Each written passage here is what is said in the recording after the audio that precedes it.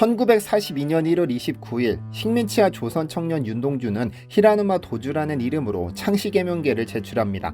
나라와 말 그리고 민족의 성과 이름을 빼앗으려는 일제의 횡포에 맞서 그는 1939년 9월부터 14개월간 단 한 편의 시도 쓰지 않았습니다. 중학교 때부터 하루에도 몇 번씩 시를 쓰던 다작 시인이 절필한 겁니다. 창씨개명을 하지 않으면 진학은 물론 행정기관에서 다루는 모든 민원 사무를 처리할 수 없었고 식량 및 물자의 배급 대상에서도 제외되었으므로 괴로운 마음을 추슬러 일본식 이름을 지었죠. 불가피한 선택이었으나 그것이 얼마나 괴로웠던지 25세 젊은 청년 윤동주는 창씨개명계 제출 5일 전 시 한 편을 남겼습니다. 파란 녹이꾼 구리거울 속에 내 얼굴이 남아있는 것은 어느 왕조의 유물이기에 이다지도 욕될까. 나는 나의 참회의 글을 한 줄에 줄이자. 만 24년 1개월을 무슨 기쁨을 바라 살아왔던가. 내일이나 모레나 그 어느 즐거운 날에 나는 또 한 줄의 참회록을 써야 한다. 그때 그 젊은 나이에 왜 그런 부끄러운 고백을 했던가. 밤이면 밤마다 나의 거울을 손바닥으로 발바닥으로 닦아보자. 그러면 어느 운석 밑으로 홀로 걸어가는 슬픈 사람의 뒷모양이 거울 속에 나타나온다.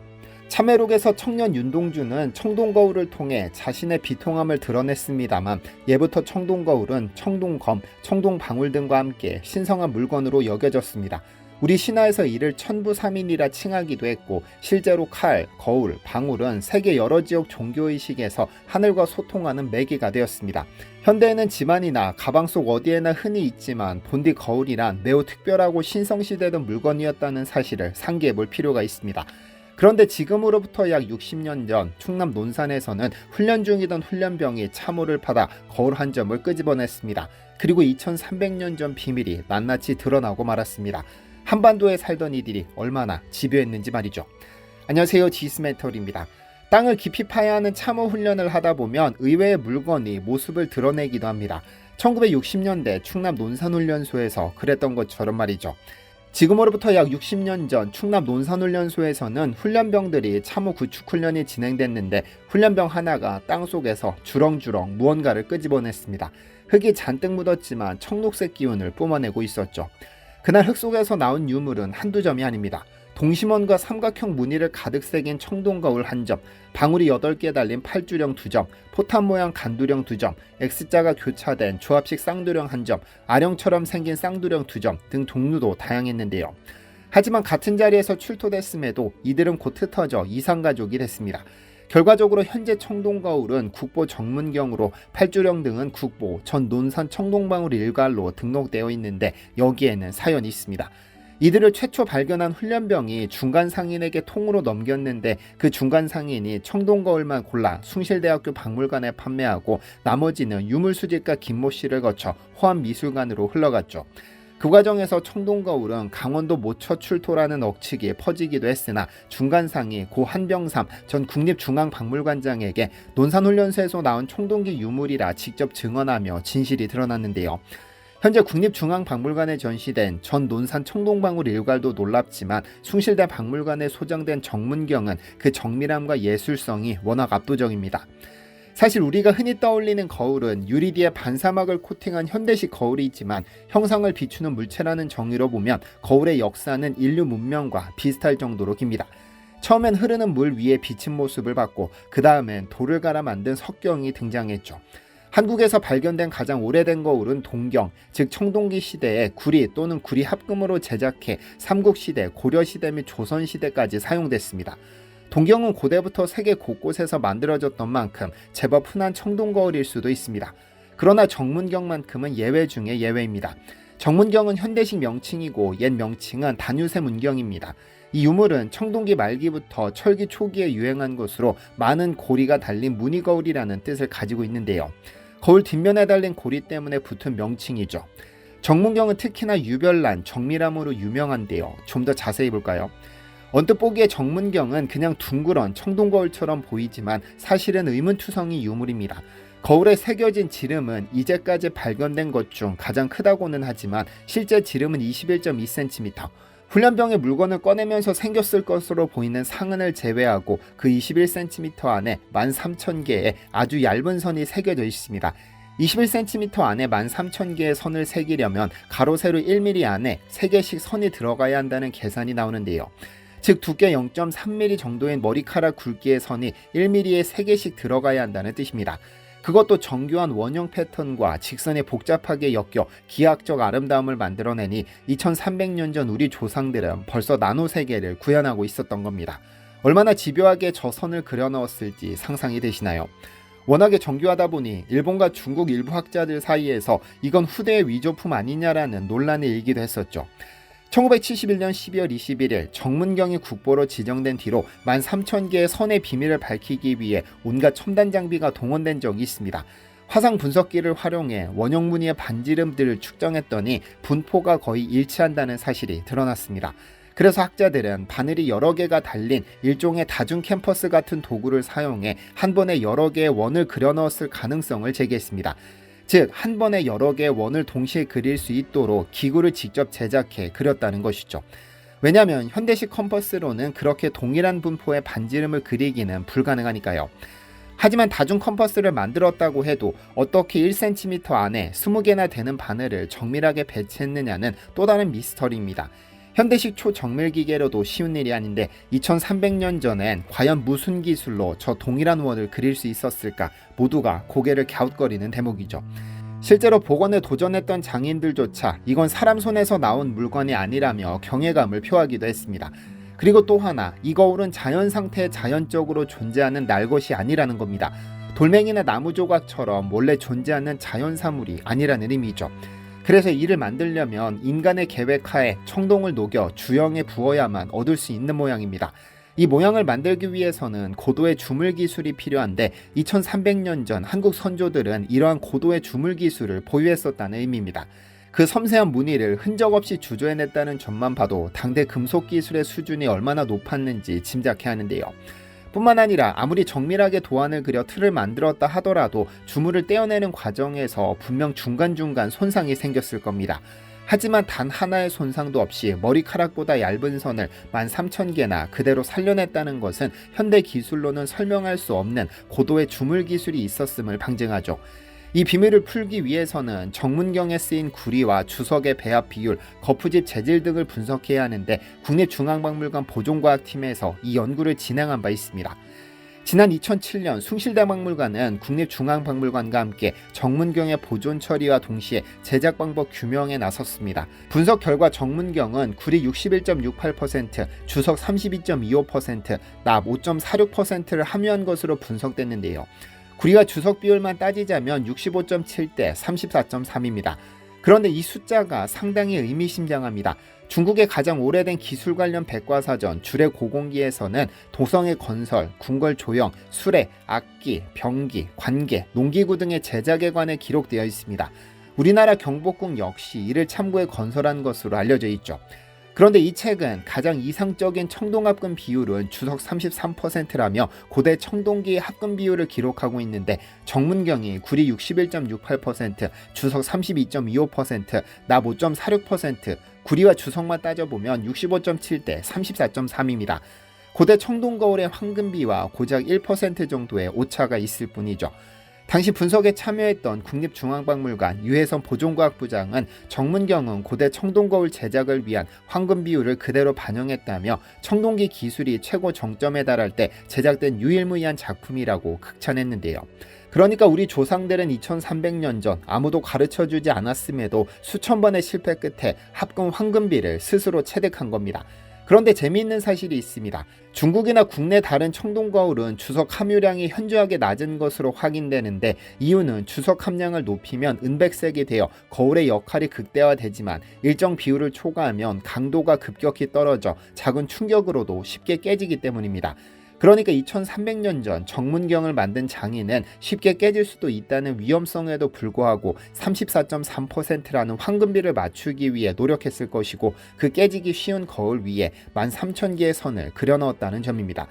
그렇다면 정문경을 만들 때 사용됐던 거푸집은 과연 어떤 재질이었을까요? 이에 관해서는 아직까지 직접 유물이 출토되지 않아 학자들 사이에서도 의견이 분분한 상황입니다.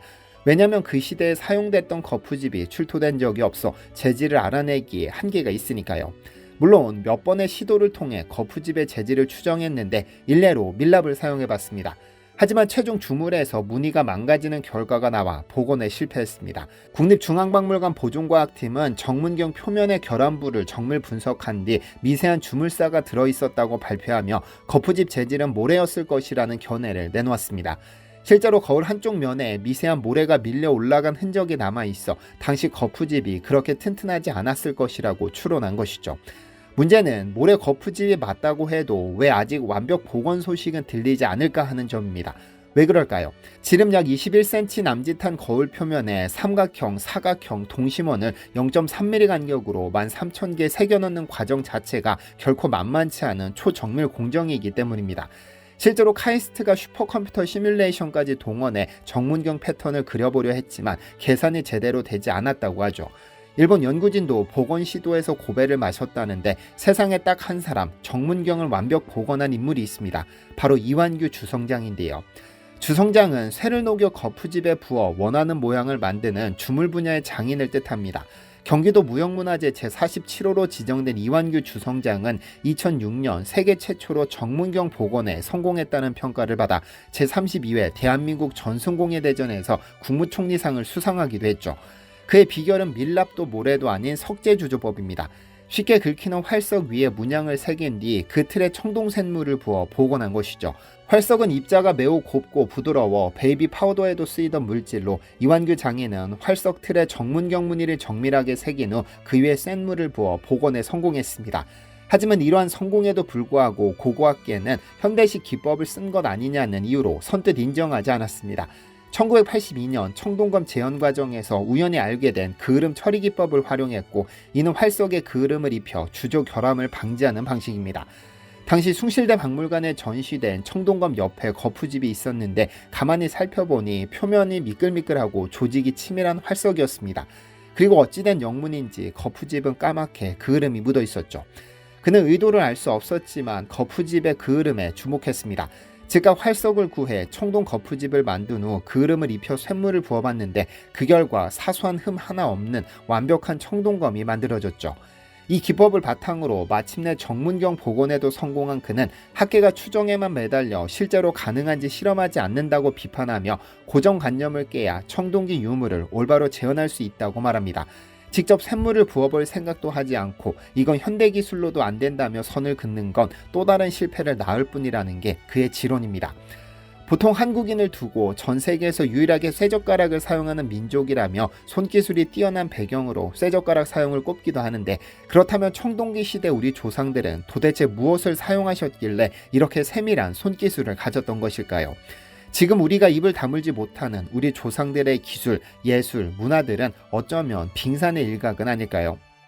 잠시 안내 말씀드립니다. 오늘 하늘이 내린 명약 무주천마 천옥록 특화 행사가 마감됩니다만 천마의 효능이 무엇인지 궁금하다는 분들이 계셔서 오늘 영상을 통해 답변드리며 행사 마감하겠습니다. 먼저 천마에는 주로 에르고티오닌과 가스트로딘 두 가지 핵심 성분이 존재합니다. 이 중 에르고티오닌은 버섯류에서 발견되는 독특한 생리활성 물질로 아미노산 계열임에도 인체에서 합성이 불가능합니다. 따라서 버섯류 등의 섭취를 통해 체내에 축적되는데 천마는 이런 에르고티오닌 함량이 특히 높은 것으로 확인되었습니다. 국내산리과학원 세포배양팀은 천마의 자마 생산을 위한 증식법 개발 과제를 수행하던 중 천마가 식물 중에서도 유례 없이 높은 고함량의 에르고티오닌을 지닌다는 사실을 세계 최초로 규명했습니다. 일반적으로 에르고티오닌은 영지버섯에 많이 들어있다고 알려졌으나 영지버섯의 함량이 100g당 7mg인데 반해 천마에는 100g당 약 500mg이라는 매우 높은 수치가 확인되었죠. 주로 버섯류에서 발견되는 에르고티오닌이 밭에서 재배하는 천마에서도 대량 검출되는 이유는 천마가 생태적 특성상 뽕나무 버섯과 같은 곰팡이류에 기생하여 영양분을 흡수하는 특징이 있기 때문입니다.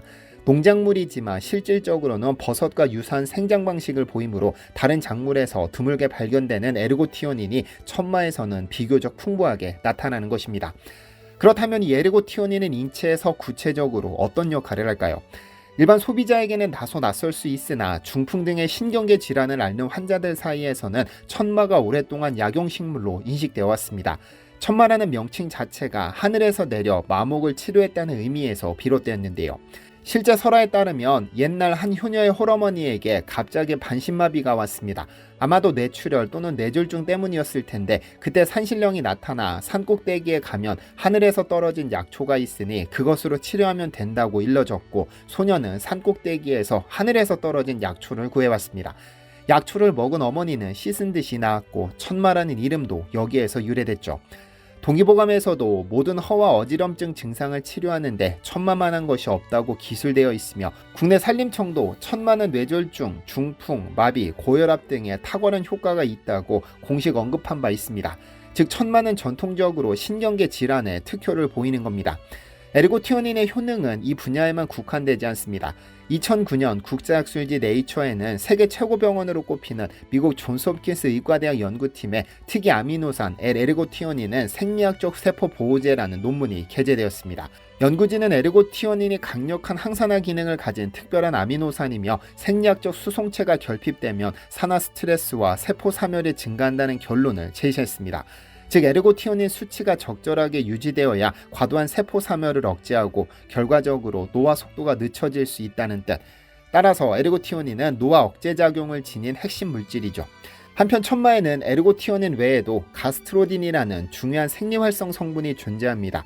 비록 에르고티오닌보다 함량은 적지만 가스트로딘은 항경련 작용이 높다고 보고되어 있습니다. 실제로 천마의 학명인 가스트로디아 엘라타 또한 가스트로딘에서 유래한 것이죠. 2016년 저명학술지 식물성 의약품에 발표된 논문에서도 천마 뿌리줄기 추출물이 항경련제로서 유의미한 잠재력을 지닌다고 보고됐으며 이 성분은 혈압 강화에도 기여하는 것으로 알려져 있습니다. 2008년 중국 통합의학저널에 실린 연구에 따르면 난치성 고혈압을 앓는 고령 환자에게 가스트로딘 주사를 투여한 결과 혈압이 유의미하게 감소했다는 통계적 근거가 확보되었습니다. 사실 천마의 주요 성분인 에르고티오닌과 가스트로딘은 다방면으로 활발히 연구되고 있어 모든 효능을 일일이 나열하기는 어려울 정도입니다. 본 영상에서는 천마의 대표 연구 결과 가운데 일부만 간략히 다루었으며 보다 심층적인 정보가 필요하신 분들은 추가 문헌과 학술 자료를 참고하여 폭넓게 살펴보시길 권장드립니다. 현재 천옥록 특가 행사가 진행 중이며 오늘 마감됩니다. 제 채널 구독자 한정 최대 91,000원 할인 행사는 이번을 마지막으로 종료되기 때문에 재고가 소진되면 영원히 기회가 사라집니다. 그리고 재고는 현재 약 100개 정도밖에 남아있지 않습니다. 아래 댓글로 링크 남겨드리겠습니다. 천옥록은 무주천마사업단이 10년 연구 끝에 내놓은 프리미엄 제품으로 무주재배 100% 국내산 천마에 수백 년간 세계 최고 품질을 유지해온 홍삼 그리고 왕과 황제의 장수 비결로 알려진 녹용의 11가지 한방재료가 한 포에 들어갔습니다. 사실 45,000원이면 소고기 한 번, 회 한 접시도 넉넉하게 먹을 수 없습니다. 그런데 이 45,000원이면 100% 국내산 천마에 세계 최고급 홍삼에 왕실의 장수 비결 녹용 그리고 11가지 귀한 한방재료를 한 달간 매일매일 드실 수 있습니다. 앞으로 이 제품 행사는 다시 진행되지 않기 때문에 재고 소진 시 영원히 마감됨을 다시 한번 안내드립니다. 그래서 지난번과 마찬가지로 댓글 이벤트 진행합니다. 오늘 밤 23시 59분까지 가장 성의 있는 댓글 남겨주신 3분에게 천옥록 한 박스 선물 드리겠습니다. 이벤트는 구독자 혜택이므로 반드시 구독 버튼을 누르셔야 참여가 가능하고 당첨자는 내일 저녁 커뮤니티 게시판에서 발표하겠습니다. 그리고 지난 영상에서 당첨되신 분들 중 아직 메일을 안 보내신 분이 계시는데 커뮤니티 게시판 확인하셔서 메일 보내주시면 됩니다. 시청해주셔서 감사합니다. 디시멘터리에서는 여러분의 제보를 기다립니다. 제 채널에서 다뤘으면 좋겠는 뉴스 또는 널리 알려졌으면 하는 영상은 디시멘터리 네이버.com으로 보내주시면 소중히 제작하겠습니다. 시청해주셔서 감사합니다.